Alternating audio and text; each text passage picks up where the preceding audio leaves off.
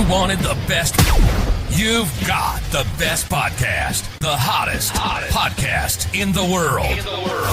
The Chris Voss Show, the preeminent podcast with guests so smart you may experience serious brain bleed. The CEOs, authors, thought leaders, visionaries, and motivators.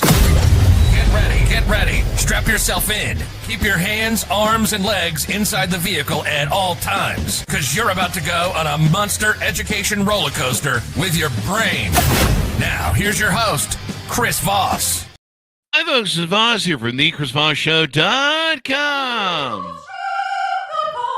There you go, ladies and gentlemen. The Iron Lady sings that makes official. Welcome to 16 years and nearly 2,400 episodes of the Chris Voss Show. All the greatest minds that come and guest on the show and share their stories of life, adventure, things you can learn, and all this stuff to just make your life better, damn it. That's what the Chris Voss Show does.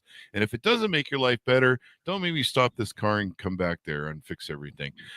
Just go listen to all the shows one more time, if you will. Today we're going to be talking to a fine gentleman. He's a jack of all trades and knows a lot of stuff. We're getting into some of the deets of it.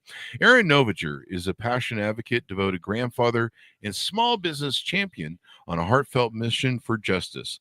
Together with his wife, Rebecca, Aaron runs a thriving small business accounting firm with over 50 years of history, passionately supporting mom and pop business owners. Known affectionately as the guy who peddles for Ponzi victims, Aaron is preparing for an inspiring 2,000-mile bicycle journey from Dallas-Fort Worth, Texas, all the way to steps to the U.S. Capitol. And along his remarkable ride, he'll gather petition signatures, raise critical relief funds, and apply the voices of financial fraud victims nationwide. He's not just pedaling towards justice, he guides families towards secure retirements, cherishes his role as a proud grandfather, and tirelessly advocates on safeguarding themselves from financial harm. I need to hire him to write my bio. Tune in to follow Aaron's incredible journey and discover how you can help him make a meaningful difference, and that's what we're doing today. Welcome to the show, Aaron. How are you? Chris, I'm doing great. Thank you so much for having me on today. I know you're a super busy guy, so I appreciate you sneaking me in. There you go. Well, yeah, we had to, sorry, we would grab you off the street with the black van and a bunch of guys and jump you and put the hoodie over you. But, as long as I can talk about the victims, you can do anything. You want to waterboard me? Fine with me. There you go. Look at stuff. Usually, what's the line that we just did in the thing? You usually have to pay an OnlyFans model for that. Right. You wrote it down. You even impressed yourself. I like that joke so much. I wrote it down, and it's actually timely right now because if you think about it, Shannon Sharp's going through a little bit of that. Oh, so he lost his contract yesterday with ESPN. Ooh. Yeah, I saw that. Yeah. He's a good man. I think technically he resigned first before they kiboshed him. So. Yeah, probably a good move on his part. So there you go. Low until the beginning of the next season. Hopefully, they can kind of blow over and we can have our boy back. Yeah, he can. I mean, he's a great podcaster. I think he's a funny and wonderful talent. I watched him play when I was a kid, or when I was. I'm trying to play it that I'm young. So, Aaron, let's get into it on you. Enough. The Shannon Sharp OnlyFans show. Give us your .coms. Where can people find you on the interwebs? What we're doing here, this is all about raising awareness and fundraising for some amazing families affected by Ponzi schemes and financial crimes. So ponzirelief.org is our big .org site to really kind of push the IRS form 4684 that we're trying to save. And really, I try to put everything kind of in that one page specifically when it comes to this cross-country bike ride. So it's our second year to do it. Last year was crazy. You saw the bike from last year, and it was kind of crazy last year, but we pulled it off, man. There you go. A Ponzi scheme is a fraudulent investment scam that operates by using money from new investors to pay off early investors. For those not familiar with it, or I think it's pretty much MLM in Utah. I'm just kidding, folks. Don't sue me. But seriously, stop it. Make it stop. No, it's and not all MLMs are Ponzi schemes for those out there that don't get my jokes or don't. A lot of them are. But I'm just going to leave that one right on the table, and I'm just going to not touch it because facts are facts. You got it. So tell us what this form is. Why is this form important, the IRS form that you're mentioning? I tell you, it was actually pretty unique because the it was actually at the end of the year, because we do small business accounting, and so at the end of every year we do our annual tax class, and it's me and a lot of our tax preparers, and we go away for a couple of days, and typically it's all of the new changes going into the next year and everything that's due to expire by the end of next year. And usually it's 2 books, a couple hundred pages, front and back of all of the changes. And so you come back, and one of the things that they talked about a couple years ago that's expiring at the end of this year is Form 4684.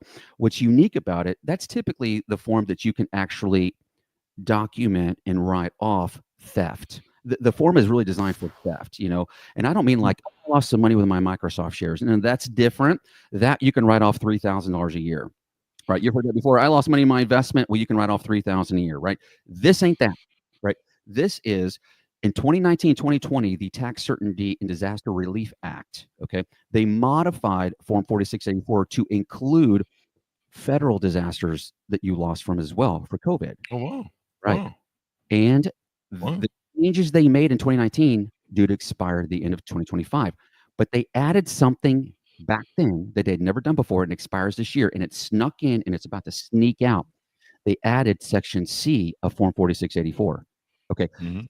And C specifically is for being a victim of a financial crime, a Ponzi scheme. So, Chris, I'm going to give you an example. We did taxes, and as for us, it's ministry. So anybody that's been affected by this, we will do their personal tax return for free if they have Form 4684. I always say that the Form 4684, so think of the Ponzi scheme as a hurricane, okay? Mhm. But this, at the same time, both things can be true, that you suffer and you went through a devastating storm, the hurricane, but also there's also beautiful rainbows after the hurricane. This is a beautiful rainbow. So this doesn't fix the devastation, but I'll give an example of an individual we did taxes for. So he had lost between a couple of investments about $500,000. This form allows you under safe harbor provisions to write off 95% of that, of what you Wow. didn't collect. And it becomes on schedule on Section C, it's an income credit. And this client does a couple $100,000 a year in income. I mean, does well, right? But lost a substantial amount of retirement for the kids, right? But this year, we were able to capture about $450,000 of that on his taxes. And so before Form 4684, he'd paid in about $21,000 in taxes, still owed about $2,500 for the year. We did Form 4684, and he got an immediate $450,000 income credit. And he immediately wiped the $200,000 in income he had, which means the $21,000 he'd already paid in taxes, he got back in the form of a tax refund. The Treasury. And he still has a $250,000 tax income credit going into next year as a carryover. Oh, wow. So again, trust me, if you ask the individual, what would you rather have? A great tax refund or your money back? Well, there's no question. So the hurricane has happened, but this is a beautiful rainbow after the hurricane. And I am hoping 6 degrees from Kevin Bacon. You go to that ponzirelief.org and you'll see, sign the petition. I'm trying to get 50,000 signatures there, but underneath that is a letter to President Trump.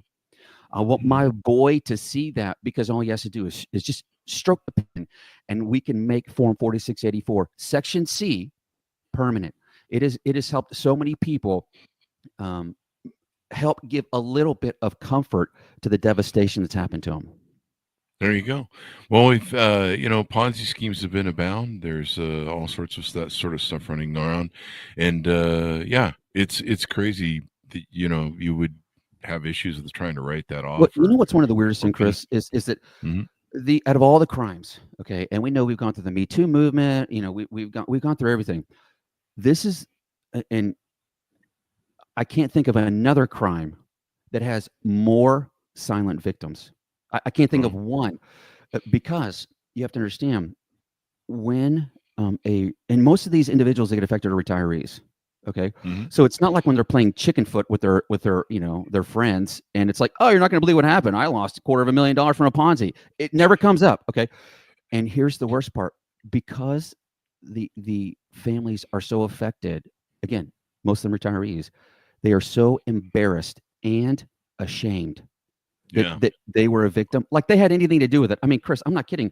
Typically in a Ponzi, 1 to 3 people usually are all that knows about it. The owner and a couple close confidants, like the Madoff kids. That's why one of them committed suicide. You can't wear that weight unless you're a sociopath and not take your own life. Because when you know that you personally, out of your own greed, caused so much devastation. I'm not kidding, Chris. You can't see these victims before and after, and you see how much medication they have to take to function. They become walking zombies. And so I'm not kidding, Chris. The reason why this one, because we do retirement planning, done it for years. So I work closely with financial advisors. I don't deal with the investments. They do. I build and engineer, orchestrate the plan, architect the plan. They handle the investments. And so I've sat across the table from their clients for years. They're like family to me. And to watch what happens after this, and to watch just a complete meltdown of the family from it's like in the 1980s we had those like those like little glass things. You put that little white disc in and it's red, and you click the thing and the pictures spin around, right? Yeah. And so it's them. It's their faces haunt me. And so I just kind of had this crazy idea. Look, let's do something stupid and see if we can raise a lot of awareness and more importantly fundraising for these families. And so this is my second year to do this charity bike ride. In the last 2 years, I'm sponsoring one particular Ponzi. So every year I do this. I sponsor a Ponzi to really shine the light on the families and the perpetrator and just really bring awareness and hopefully, fingers crossed, healing to these families, because they deserve it and they're amazing. And so this year is for the Star Grower Ponzi. And you've got a gentleman. This is the best part, Chris. So these crooks, this is typically the way it goes. They always get sent to Club Fed. We get that. Okay. So they're always hanging out with, the pedos, the guys literally that, they walk around. There's no fence around this place. They go home for the holidays. I swear to you, they go home for the holidays. Wow. Okay. Wow. So this guy steals over $8 million from 40 families. He only goes to jail because they caught about $1.5 million of it that he went overseas to China and came back. So they nailed him for tax evasion, the Al Capone stuff.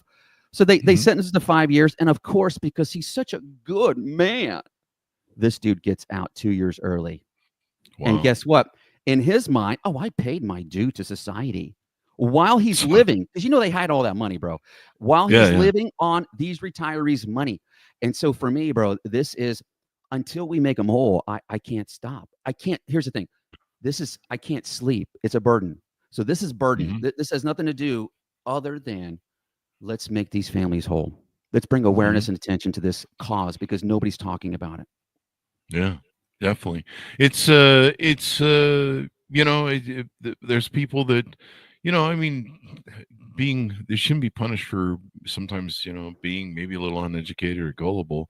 These people, they build trust. They're good at narcissism. They're good at tricking people. They're pretty professionals, and they're basically sociopaths. I mean, they are, and they're always completely removed from the client. Yeah.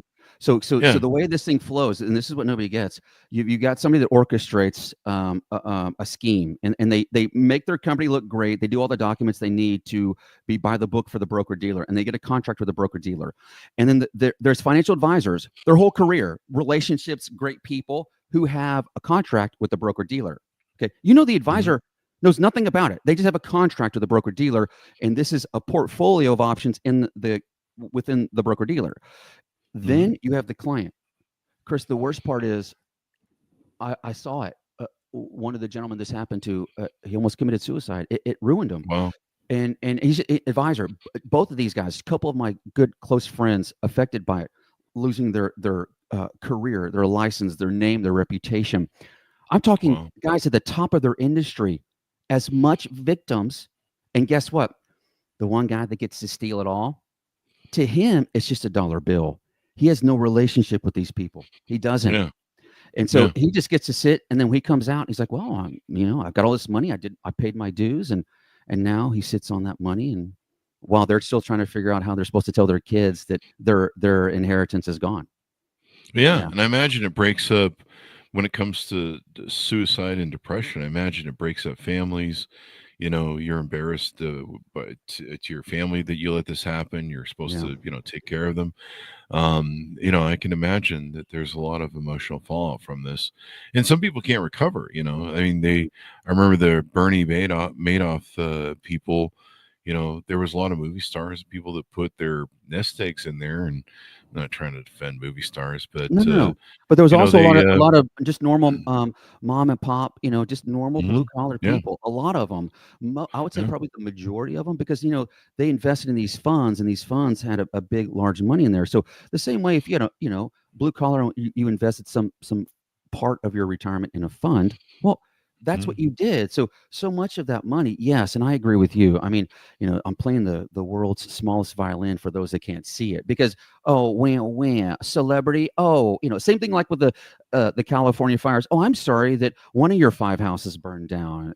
Like it's just difficult. Oh, thank you. Oh, you girls, not calling yourself astronauts for being in space, kind of floating for 4 minutes, and you literally call yourself a John Glenn.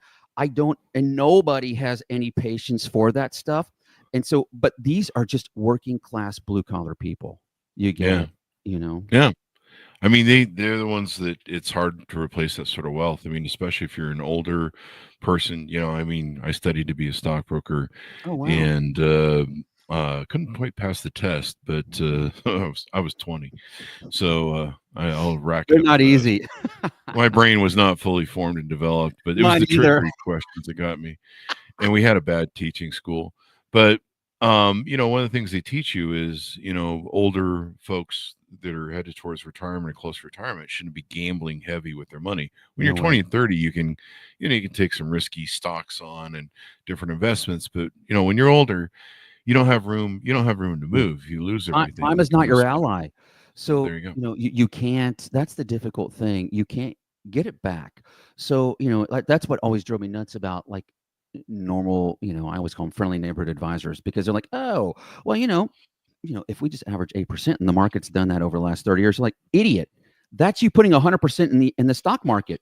By the way, and that's also without you subtracting your baloney fees.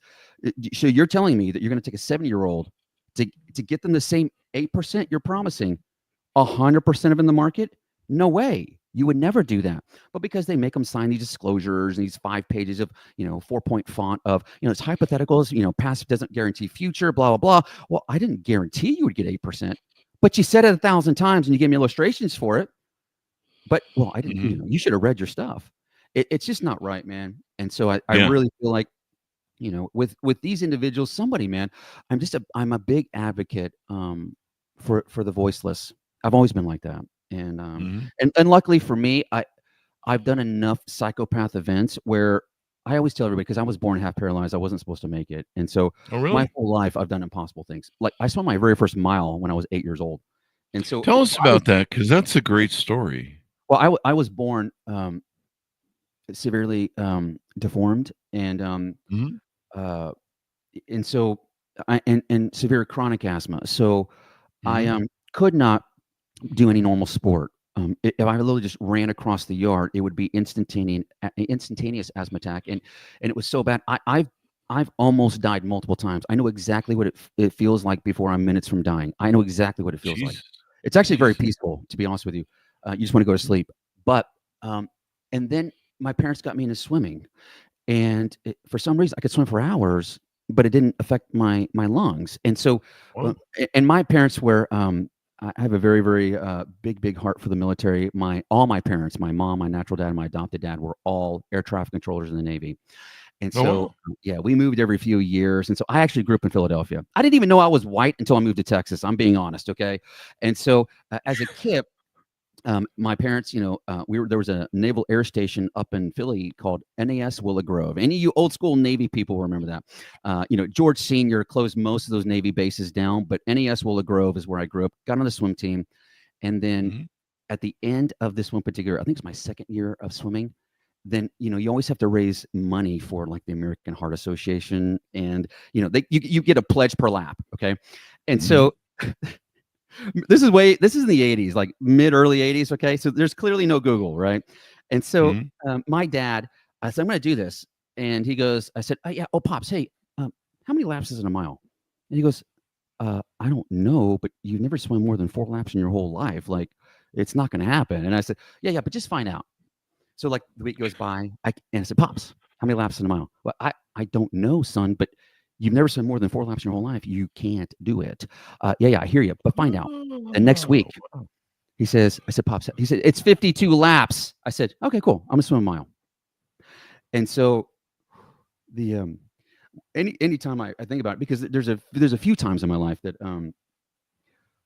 where you get so much approval from your dad, and so I remember start with all the kids, in the pool, and by I got to lap 10, okay, out of 52, 10, and all of a sudden kids started getting out of the pool.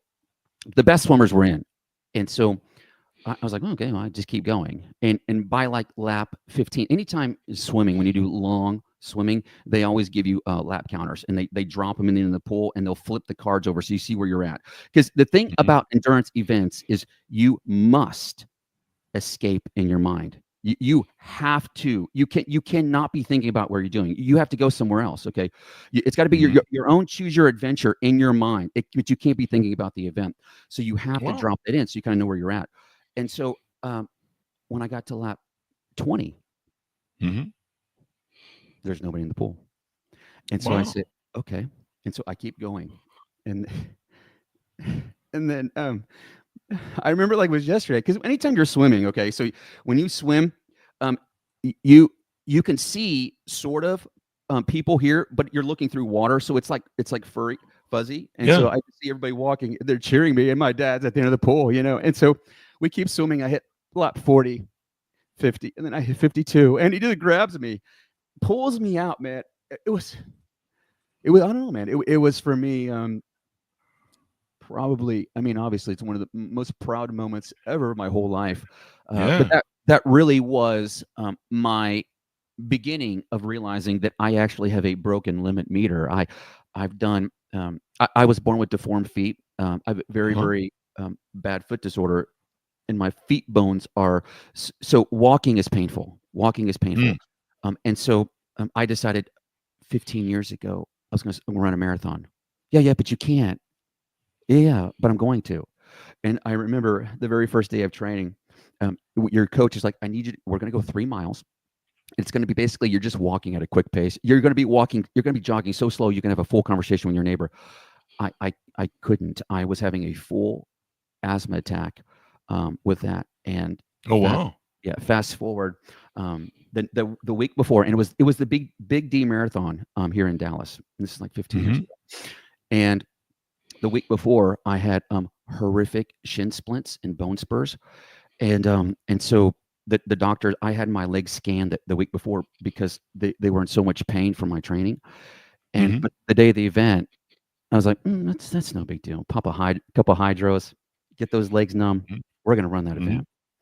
And so that's kind of the way I've always been, Chris. It's just one of those that if you can't do it, like what we're doing for small business, if we do it, what we're working on, we'll rewrite history and we'll save the mom and pop. If you can't tell, for me, it's either we save the world or we just don't do it. And so that's what this is. And the crazy thing is how this idea came about. Okay. This is a few years ago. And one of my close friends, RJ, this dude, we've been tight friends for like 30 years. Matter of fact, his daughter and my son went to prom together, and as friends. And so we were hanging out, and he does about every few years, he and thousands of motorcycle riders ride their motorcycles into Washington, D.C. for Memorial Day. It's a huge motorcycle rally. Okay. Yeah, I've seen it. And so every few years, they do this every year, but every few years he participates. And so he was telling me about it, and about how usually they leave down like 4 or 5 days before, and then they'll like party all weekend, and then, they come back. And as he's talking, all of a sudden, and you have to understand, I get these like premonitions, and when I have them, I've had them my whole life. I bet 1,000%. When I have them, it's going to happen. And as he's talking, all of a sudden my spirit says, you're going to ride your bike from Dallas to DC. I'm like, literally. And as he's talking, I'm like, what the shit? I'm like, I can't, what does that even mean? You're like, what? And so the thing is I've had so many of these, I have learned I get the vision first, and I have to wait for the Mhm. provision, like how it happens. That always comes later. Okay, almost like Oh. that old Indiana Jones movie where it's the faith of step. It's the step of faith where you have to take that full step off the cliff, and then the step appears. It's like Yeah. that. And so I Oh, went wow. in and I said, I don't even know what that even means. And I told RJ, I said, I think I'm supposed to ride my bike to DC. What? I don't. Then, Chris, it happened just like this. It's not even 1% exaggeration. And this is the way it always happens with me. The next week, I'm on the phone with my executive coach, Lauren. Uh-huh. And I'm like, Lauren, I'm going to throw a little monkey wrench in our plans. I think this is something I'm supposed to do. Ride my bike from Dallas to DC. I don't even know what that even means. And she said, well, and I swear, Chris, anytime somebody starts with, I know God's opening doors of provision. I know. And by the way, I was in ministry for 10 years and pastored for some of those 10 years. So I tell everybody, I'm the swearing pastor. So you will hear me swear a lot. I won't do it on the show. I only do that typically when I'm passionate. But I'm talking to Lauren, and I said, I think I've got this crazy idea to ride my bike from Dallas, DC. And she said, I have a good friend of mine, Tracy, that did something real similar a few years ago. She rode her bike from California to New York. And she did it to raise awareness and fundraising for diabetes. And she actually got on the Dr. Oz show. I can connect you guys if you want. I said, wow. Wait, I mean, Chris, you got to understand something. There's only half dozen people like on the planet have done anything like this. Okay. Yeah. And Lauren, my coach, knows one of them. And then I say, hey, like, where's she at? She goes, oh, she's like in the Fort Worth area. What? Okay. So she connects us. And the next week, she's my coach. And Chris, watch this, because I've done enough endurance events. Okay. So 120, 150 mile bike rides, because biking's my thing, because for my feet, it's way less painful on the legs, not necessarily on the torso. You know what I'm saying? And so I've done enough of these events that to train for a 1 day, 120, 150 mile bike ride it's about 5 months of training. Okay. Mm-hmm. This is 100 miles a day for 5 or 6 weeks. Jesus, okay. That's a lot. It's a lot. And I said, and so I talked to Tracy. I said, Tracy, I'm panicking. I'm that's one of my big fears, is being unprepared. Like, it's a huge phobia of mine. And so I said, I'm so stressed about the training. And here's what she says to me. What training? I thought Ashton was about to pop out because I was being punked. I was like, what are you talking about? What training? Hello, right?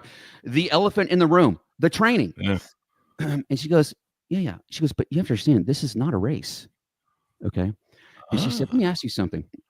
When you're 12 years old, how much training did you need when your parents locked you out of the house on Saturday? And how much training did you need to go ride your bike all day Saturday? I said, well, 0. She goes, that's what this is. This is just a Saturday morning bike ride. And I said, for 100 miles. Wow. and her and that's what she was like, look, this is not a race. She said, when you get tired, you're done. And she said, but also don't forget, and by the way, all this is true. She goes, your bike is going to break. Mine broke 5 times last year, meaning it needed to be in a bike shop overnight 5 times last year. Wow. Also, she said, you're going to catch bad weather. And we did last year during the Oklahoma tornadoes. We were stuck in OKC for like 3 days under a tornado warning. And she said, oh, and don't forget, this whole thing's for PR. So on the ride, you're going to have all these cities that want to interview you and all that stuff. And so she said, this is easy. If you did no stopping and you just went every day, about how long do you think it would take you? And I said, probably about 3 weeks. She goes, good. Double that. And I said, oh, okay. And 5.5 weeks later, we left, because obviously we do accounting. And so we cannot leave before April 15th. Holla. So we left the Monday. Last year, we left the Monday after tax day, the 22nd, which happened to be Earth Day that year. It wasn't like we did it for Earth Day. And we pulled in to DC on Memorial Day. Yeah. And I tell you, Chris, nailed it. Yeah, but the worst part, we get to DC, and I'm like, I'm not kidding. One of the main things that's got me excited, that's keeping me going this whole time, is seeing tens of thousands of motorcyclists. 0. None of them were in DC. 0. That's because they left the day before. What I didn't know is all these guys come in on a Thursday or Friday, they party for a couple days, and by Saturday, they're heading back home. because I got work next week. So I ended up missing all of the motorcyclists this year. We actually leave toward the end of May. So we're going to completely bypass. We will not even be there close to Memorial Day, but I'm still pulling in the Capitol steps. Not until we get laws changed for these families, I won't stop. Unless I always say, unless I'm D or C, dead or in a coma. It's the only way this is not going to happen. If you can't tell, I'm sort of crazy. I'm a little psychopath, but for good, all for good. Aren't we all though? Sometimes when it really comes down to it. So let's talk about a couple things here. We've gone a little bit long. Let's get a plug-in for your other websites. I know you have a podcast and your website. Let's get a plug-in for your business. Tell people how they can onboard as we go out. Absolutely. Well, my wife and I, Rebecca and I's small business accounting firm, the website is ibmsb.com. Interstate Business Management. We've been Rebecca and I were actually able to buy the company years ago from last surviving owner. So we're going on 60 years of business. And honestly, it's so intentional to keep it separate because this is never, ever, ever a plug for that. But I do want you, if you're listening or somebody that was affected by this, understand there's only a handful of companies, accounting firms out there that even know about this Form 4684 and how it benefits the individual. Anybody that's been affected by that, we will do their personal returns for free. So if you're listening, the only reason why we're plugging the accounting firm is only because you find your accountant, let them know about Form 4684, and if you're not comfortable, reach out to us. We will take care of you or your family or whoever it is. It's such a big deal. And remember, this expires the end of this year. So we're trying to get this to President Trump where he can just stroke a pen and make it permanent because it's helping so many people. It's helping to it's just to kind of put a bow on this and be like, okay, it's not all horrible, and my goal is still fundraising and where we can actually make these people whole with that. But this is an amazing opportunity to recapture some of that through our amazing tax code that we have. There you go. So tell people how they can reach out, how they can support your efforts, how they can onboard with you, et cetera, et cetera. Yeah, ponzirelief.org. That's the big website. Please, please, please, look, if you don't want to do anything, just go and give me 10 seconds and just sign that petition. Just sign it, okay? So I want 50,000 signatures this year. I think if we can get 50,000 signatures, and then we can get somebody that knows somebody in the current administration that can just get somebody to see it.